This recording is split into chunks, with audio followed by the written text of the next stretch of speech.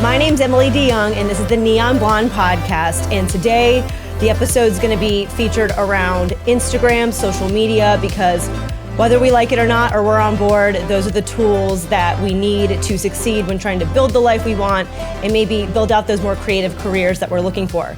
So my perfect guest that I have on for today is Zenita Collie. Hi, Zenita. Hey, Emily. So I brought Zenita on because she's the queen of social media.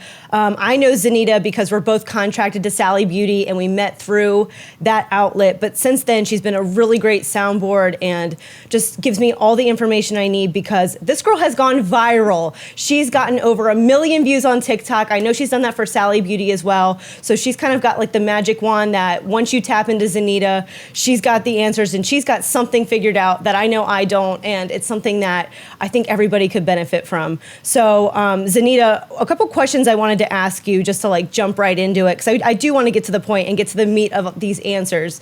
What was the first thing that you posted or did on social media that you feel like stood out from the rest? Like, was there something you did and you went, oh my God, it's clicking? I think when I really first started, it was on Instagram, when Instagram was like Instagram. And it was like unique hairstyles. So just like my perspective on styling wise when it came to texture and natural hair. I did like one video where it was kind of just a little bit more of a tutorial based instead of just like a photo. And then it just kind of like, it just ran like just. I think there's like this thing going on right now. Obviously, Instagram's pushing more reels, more videos. And I've even seen it in my own feed. If I like post a photo now, something that would have gotten like, you know, in the thousands of likes or something, I'm getting like 100 or something. So are you noticing that dip as well? Like they're pushing the video thing. And this was for you, like you said, back when Instagram had a probably different algorithm and it's changing all the time. So you said it was more of like a tutorial thing that worked for you, correct? Yes, and this was before Instagram really was tapping in, because I mean, Instagram was a photo place. So this was before Instagram was really tapping into the video space. I mean, at the most you were able to upload, I think at least like a minute. And that was it. There was no IGTV. There was no, reels, none of that. We didn't even have stories. So literally the only way you were able to actually get any momentum was through videos. And that was kind of like the, oh snap moment where it was just like, oh, videos is where it's at. Right, and it was almost like a clue, right? Like it's almost like we could pick up on these clues. You can kind of catch the beginning of the trend when TikTok started, because I feel like that's kind of what kicked off even Reels and like those short form videos. Were you at the beginning of TikTok? Like, did you sign on when you found out about TikTok, or did you wait? I signed on, like, probably I would say, at the beginning when I feel like everyone was in quarantine, not like when it was Musical.ly. I think it was originally Musical.ly. Like, I wasn't there. I had no idea. I didn't even know that.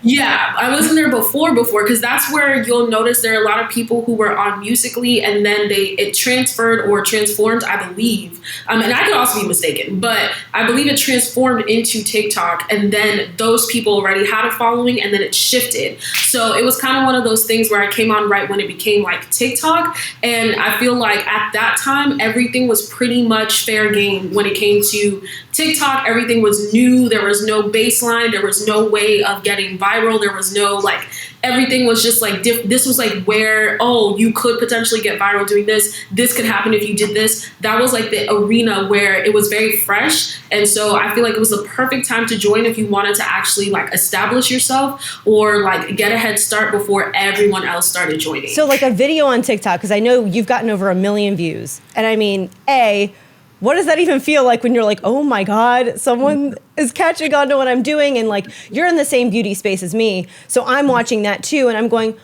oh my God. Like, and the thing is, I understand, like, I've done a deep dive on your content and you are funny. You are relatable. I like you more every time I watch you. What do you think, made that specific video, like if it got over 1 million, because I know it's probably happened more than once, but what is it in that video that you think made the difference against the other videos that you've put out? Or what are you as a person, like personality wise, what do you think is really catching people? I think a lot of the bigger ones in the beauty space are like kind of trust the process videos, again, still tutorial based, very short form tutorial situation on TikTok as well. I think the very first video. Oh, and then of course you have the soundbite situation when it comes to TikTok. So at the beginning, especially if you were able to both coordinate a transformation, so transformation videos, number one, but if you're able to do a transformation in the partnership with the lip syncing, then you had kind of like a done deal. And it didn't matter if the look was, extravagant or super crazy. If you were balancing both of them and the end result was like drastic enough, that was like the one. I think the first video I ever put out that went viral was literally me doing a braid out, which in any other case, a braid out is very normal, but it was the sound that I used in combination with the sync of the braid out. So what I did was I think it was like a boom pop something, and no one had also used that sound in the beauty space. This sound was also only used like for everything else but beauty. So you were like the first one in the beauty space to pick up a song that was trending, but not in your space yet. And I like that you touched on that it didn't even have to be that dramatic of a transformation. Because I think sometimes when like I'm creating content, and I'm sure other people are, you start the video, maybe you don't even post it because you might feel insecure about the ending or go, I don't even know if that is good enough. And so you end up not posting it. But you're just saying it's like you put in the effort, the pre-planning of like, I'm going to use this sound, I'm going to make sure I'm lip syncing, make sure I get a good clip of each of these things and systematically put it together. I guess it's like it's eye-catching. You think that's what it is?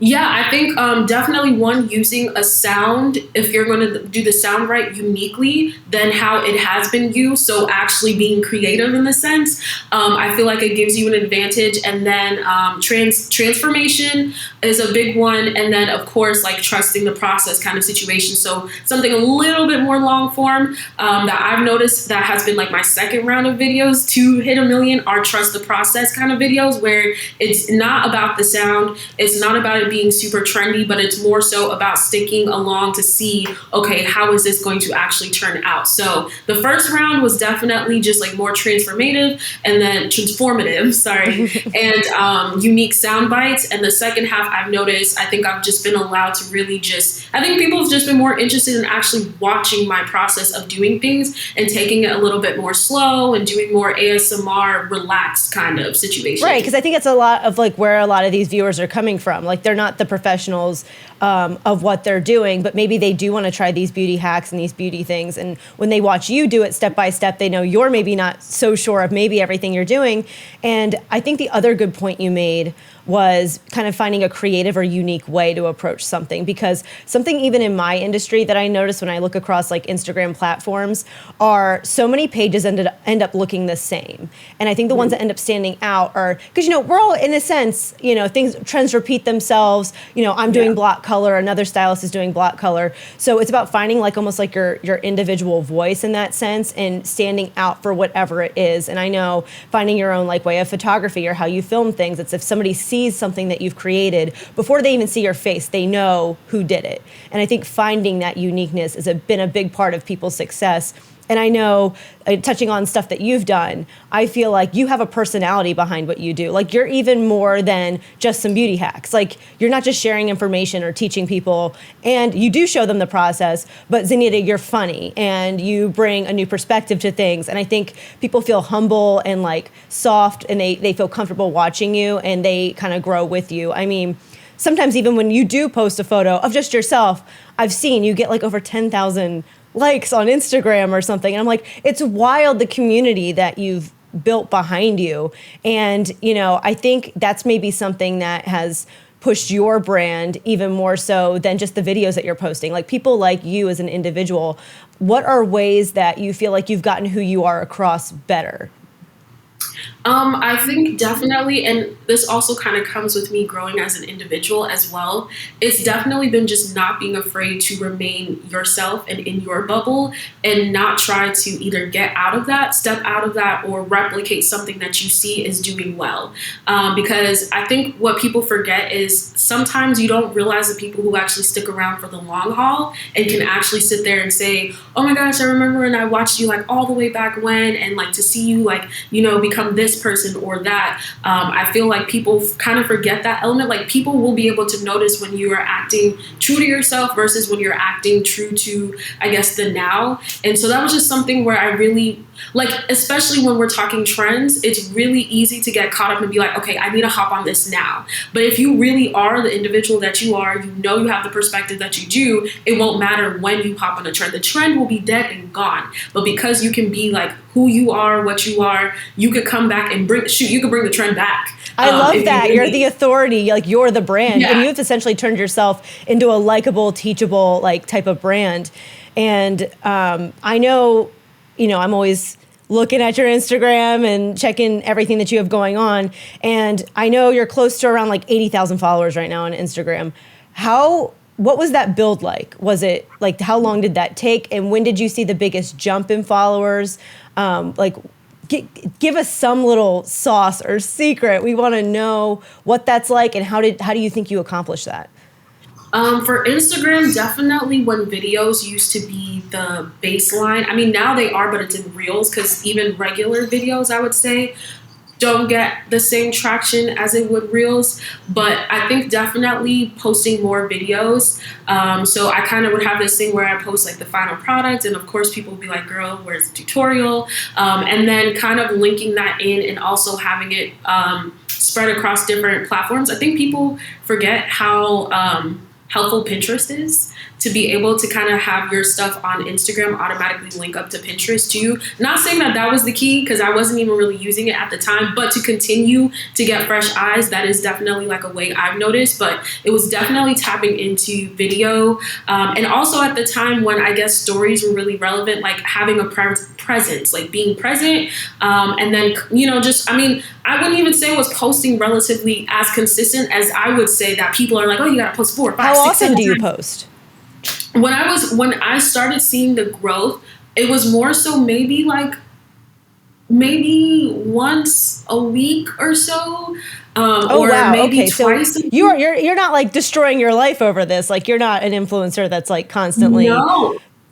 It was not, at the time, it was not like that because, like I said, videos could give you a week's worth of push that you don't need to do extra stuff. So it's like, while I did have like a look, I would do maybe at most a look a week.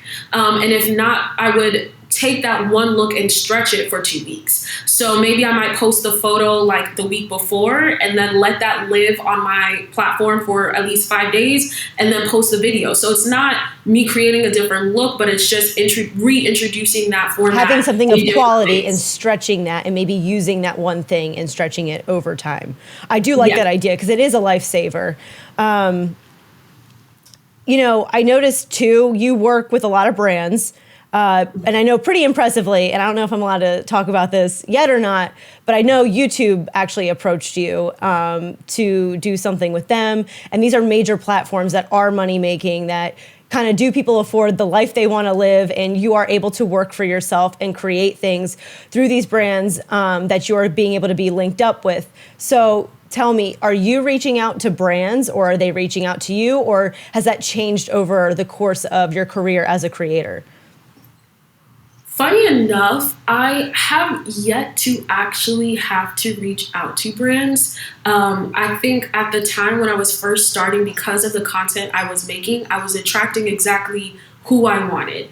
And it wasn't until honestly like end of last year, where I was like, okay, I know I'm trying to kind of enter into different spaces. If I continue to create the same content, I'm going to continue to attract the same brands. And that is where I honestly started having this conversation with myself, where I was like, okay, like I actually don't know how to necessarily pitch or reach out. And our girl Asia is like freaking amazing when it comes to stuff like that. And so, I reached out to her because she was also doing some pitching herself and just trying to get an idea. But I did notice a way to organically be able to attract the brands that I wanted to work with. One, staying true to myself and posting the content I wanted versus just only sponsored content with those brands. Because people don't realize that too. Once one brand sees that sponsored content, they're going to see what content you create, and then you're going to get those people to ask, versus if you create your own stuff, stuff, then you have the opportunity to actually attract people who may or may not have been seeing you. And that is where YouTube has been kind of like the place where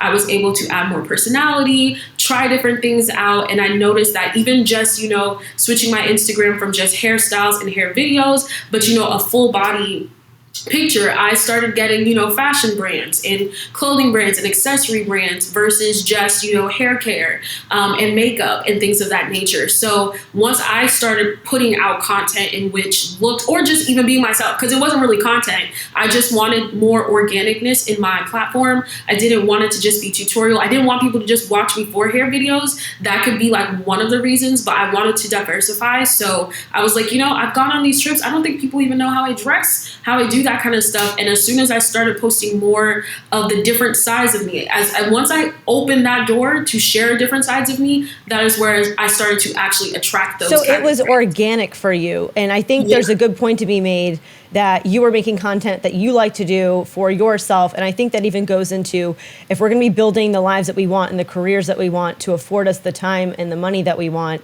sometimes making stuff for, brands that maybe don't represent you as a creator. You might not be making the best content. It might not be coming, from a place of being genuine.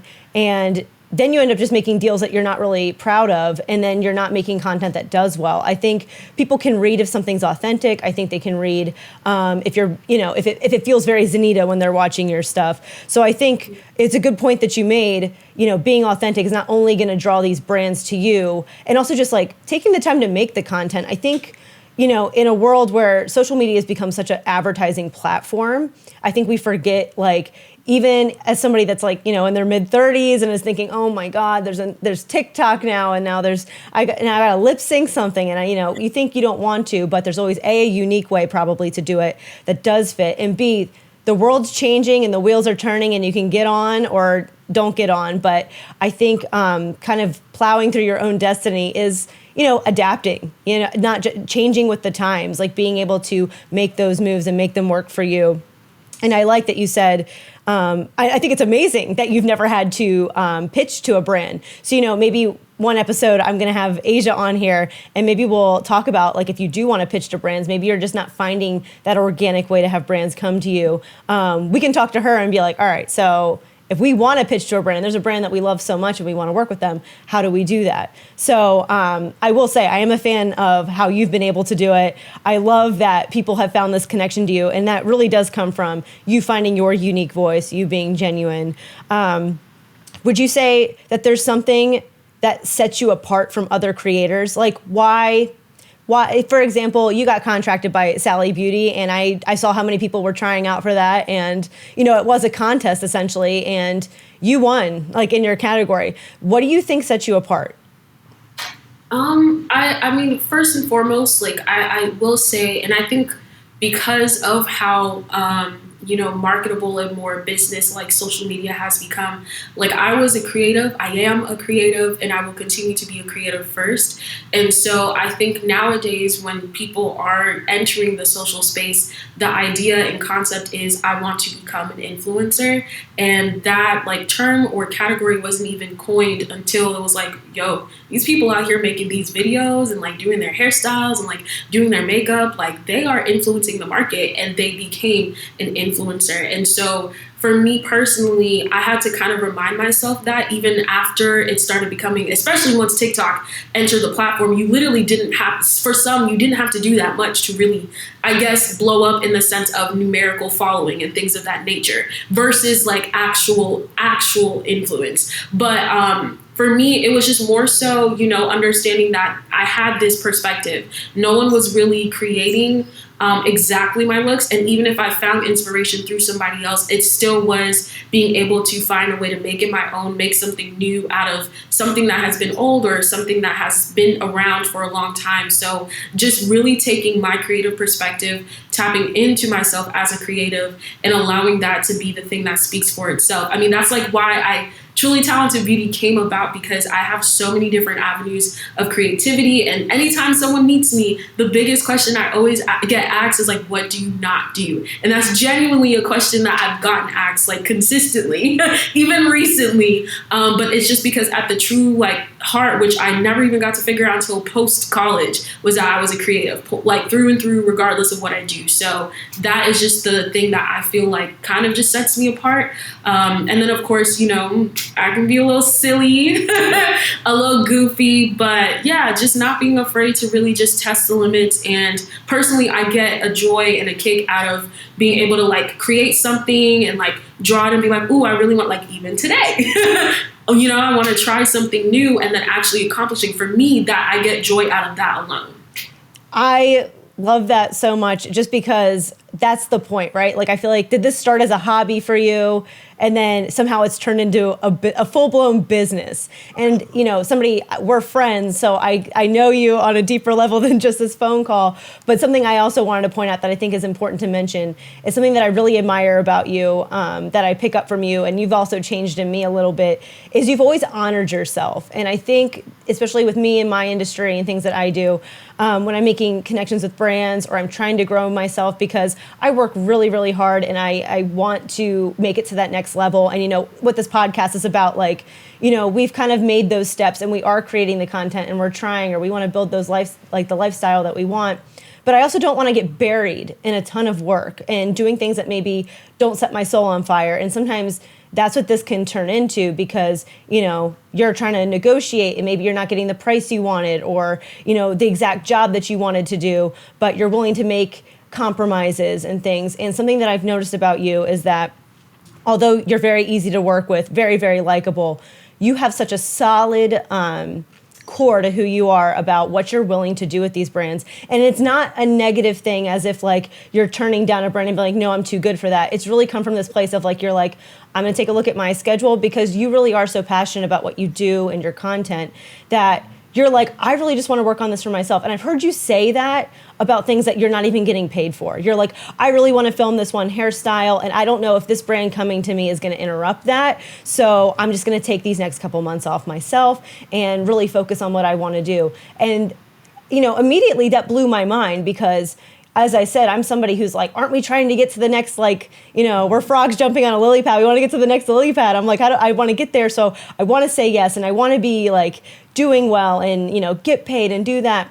And yet you have so many opportunities, and you are so solid in your worth and who you are that you don't sweat. I never catch you sweating. You go, oh, I want to make this content. And if this stuff fills in, you know, that'll be. But that's, I think, also about being genuine in your content creation and being yourself. And your brand really reads that. And I think that also stands out as well. And I think it's really hard to get out of that mindset of just not, you know, going for every single opportunity. Maybe not every opportunity is for us, and being able to read those cases maybe is better for us in the long run. Because like you said, you're like, I've got followers from all the way back in the day who you don't even know that they've been following you that long, and they'll touch base and go, oh, I remember you from way back when. And you're thinking, oh God, I had no idea I was even talking to you. But people are following your journey, and they do like you, and they do want to be a part of it. So there really is such a good component about also realizing, like, having self-esteem, having, you know, knowing when to say no, and just, you know, being kind and professional when relaying that and choosing which jobs that you want. And I love how much that's rubbed off on me, and I think that's also really important for other people to hear. So I wanted other people to hear that as well.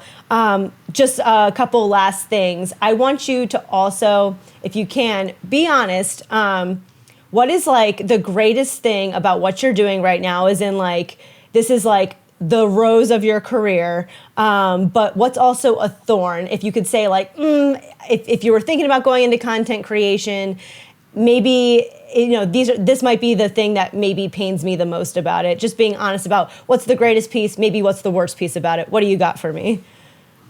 I'll start with the worst piece. Okay. I would say that Right into I'll it. start, you know, we'll end it off positive. Yeah, okay, I like that. But for me, and this has also been kind of just like growing pains, because sometimes I've always thought about what would have happened if I didn't hold myself back, even when I was even younger than I am now, and like went full-fledged and just shared everything at that time. And one of the things that people don't prepare you when it comes to kind of entering into the social space is the fact that you're entering into a social space. You know, people are seeing you, people that never would ever lay eyes on you in person are seeing you in a way that you are, I guess, shedding on yourself. Like whatever way that you come on this platform is the way that people are going to see. And I think one of the biggest things that held me back earlier on is worrying about what other people were going to think, worrying about what other people were going to say, trying to stay on people's good side, trying to not be so controversial, trying to just, remain in this neutral territory, and kind of just being afraid to actually just do me, say what I want to do what I want to say. And I definitely went at it from a professional point. And I think that is why I did end up getting the brands that I wanted at first, because at first I kind of entered it into obviously once I started seeing that I could get brands, that was when I started entering into more of like a professional space.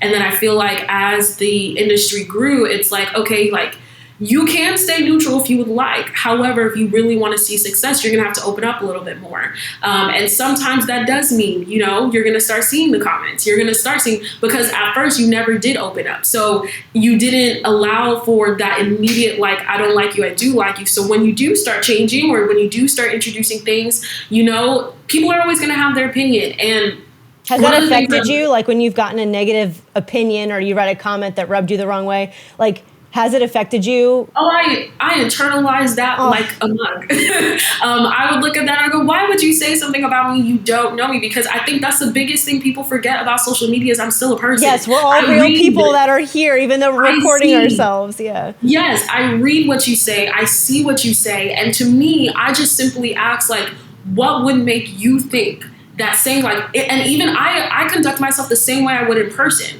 And so that is why I'm like, if I would never, ever in a million years say this to someone to their face for them to have the opportunity to hit me, I would not do that online. I would keep that same energy. And I feel like people forget that. People act as if because the space is, not tangible, that the things they're saying, the things they're doing, the things they create about people aren't tangible, or they won't hurt, or they won't affect people, but they do. Because yes, you're not physically in that space, but those stuff still gets seen, gets heard, and things of that nature. So that was something that held me back, and something still to this day where I'll see it and I'll go like, wow, I can't believe this person said that. Back in the day, honestly, I will just have to shout out to like just my friends, especially when I was in college, because that was like something I vocalized with my best friends and things of that nature. And it was just one of those things where they would be able to go in and be like, say something back, and I wouldn't have to. I can keep my professional. Oh, that's very nice. But and the truth is, I think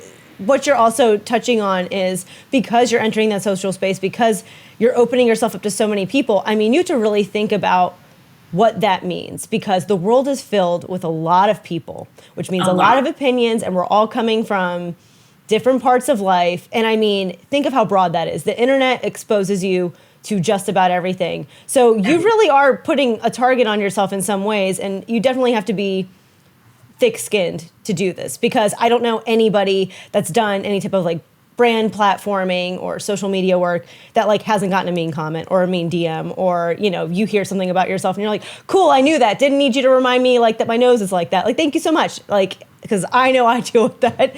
So 100%. And that is a hard part. I'm glad that you brought that up, because I think it does seem like puppies and rainbows when we're watching it online and we're like, man, her life looks so great, she's got all these brand deals and she's just working for herself, when really it is a lot of work. You don't get a lot of days off, and sometimes you just got to leave the internet alone, because it is a little bit more destructive when you're looking back and all that stuff. And you're right, social media, the big key word there is social. You're being social, even though your stuff's out there, they might be watching a tutorial, whatever it is. Social means we're interacting with people, we're making connections, and those connections sometimes aren't amazing. And Thank you for being honest about that, because I know it's hard. And I'm glad that you're still here with us and you're still making content, because we all love it. And all of us, you have such a big fan base that I think you have more support than you maybe even realize. What would you say is the best part about it, if somebody wanted to enter this?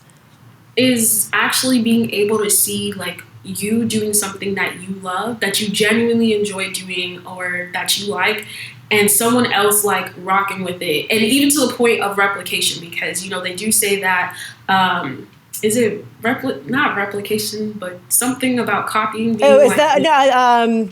Oh my gosh, why can't I think of it? imitation It's is like the the greatest sincerest form of form. flattery. Yes, yes, yes, Yes. yes. And it was like, I'm here just doing my thing. I was just doing my kind of stuff. So the first time I like ever saw someone genuinely recreate one of my looks, it was just kind of like, oh my gosh, like you guys are actually doing It's this. flattering, You and guys you're are like, actually thank trying. you. I have like that one person that's like, I'm gonna repost your stuff, and you're like, you're my favorite, and you're what I have right now. Thank you so much. Yeah, it was just so surreal, especially like I said, because it's a digital space, so people I wouldn't get to meet in person and things of that nature, like them trying to be like, oh my God, thank you for creating this style, or you saved me this wash day, or you reminded me to do this. And in the present day, because I have been on the social space, and I sometimes forgot what it was like to be in reality. So to actually be able to go to see my family or friends or people in person, and they're like, oh, I tried one of your styles, like actually being able to put hand in hand kind of person, or it's like, oh, I did this look, or I learned something from you.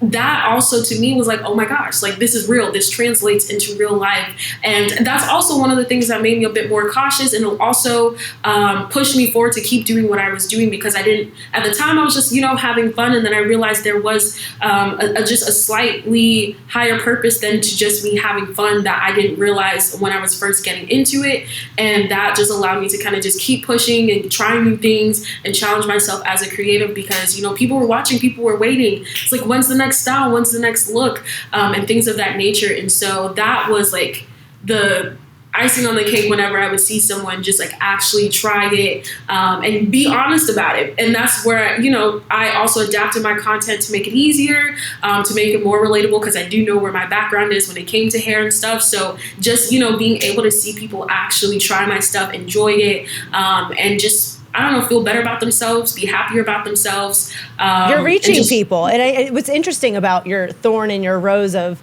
being a content creator and building a life off of that is, I think both were social, right? Because the negative was, if you're going to be social, you're going to get some people that aren't very nice socially. But then your positive is there are people that you reach and you do change people's lives. And, I think another thing that's important to touch on is, anytime you're posting something, you're an influencer. Like, we use that word, I think, for a certain type of person when we speak about the social media community. But the second you put yourself out there and you've made a footprint on social media, whether it's Instagram, YouTube, even if it's one video, you've put yourself out there. So there's a footprint there, and you're officially an influencer, because anybody can watch that and it can influence their opinion, how they feel about themselves, about a certain style. And we do that ourselves. You do that. Every time you bring a new natural style or a new color or anything that you're doing, you're kind of creating this trend and speaking to the beauty community and kind of changing what their opinion is on something. For example, one of my favorite TikToks that you've done was when you did the butterfly clips with like the Lizzie McGuire, like Topanga type of style. And you were like, why not? And you did it on your own hair, and it was amazing. And I was like, can I duet this? And I'm thinking, she sucked me in. I already wanted to duet your video. So I just think it's funny how you're able to touch so many people like so far across the beauty platform, and you've been so successful at it. And please continue. Never let the negative stop. And thank you so much for coming on here and being willing to talk to me and kind of share your little secrets with everybody else. Is there anything you have coming up that you would want people to know about? Ooh. I'm here.